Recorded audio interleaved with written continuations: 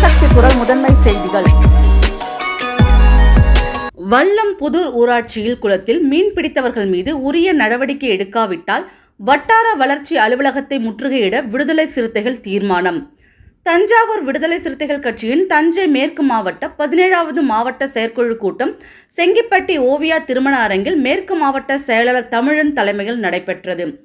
மாவட்ட பொருளாளர் விடுதலை வேந்தன், சமூக நல்லிணக்கம் பேரவை சிமா தமிழ்நீதி முன்னிலை வகித்தனர்.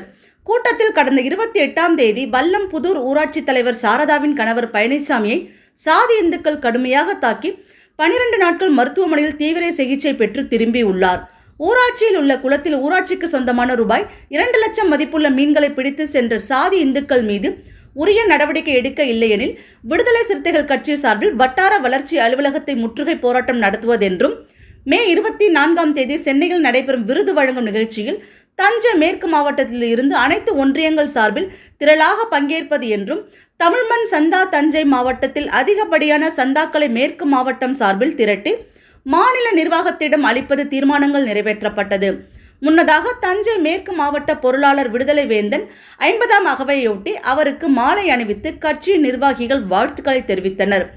நிகழ்வில் தஞ்சை கிழக்கு ஒன்றிய செயலாளர் வயலூர் பரத், தஞ்சாவூர் மேற்கு ஒன்றிய செயலாளர் நாகத் வினோத், திருவையாறு தெற்கு ஒன்றிய செயலாளர் அரச வணங்காமுடி, தஞ்சை அரங்கில் குரு, பூதலூர் தெற்கு ஒன்றிய செயலாளர் செந்தில் சிலம்பரசன், பூதலூர் மைய செயலாளர் இளங்கோ, பூதலூர் வழக்கு ஒன்றிய செயலாளர் ரமேஷ், பாபநாசம் மேற்கு ஒன்றிய செயலாளர் பசுபதி வளவன், அம்மாப்பேட்டை தெற்கு ஒன்றிய செயலாளர் மோகன், ஐயம்பேட்டை நகர செயலாளர் ஷேக் உசேன், பூதலூர் நகர செயலாளர் சுரேஷ் உள்ளிட்ட திரளான விடுதலை சிறுத்தைகள் பங்கேற்றனர்.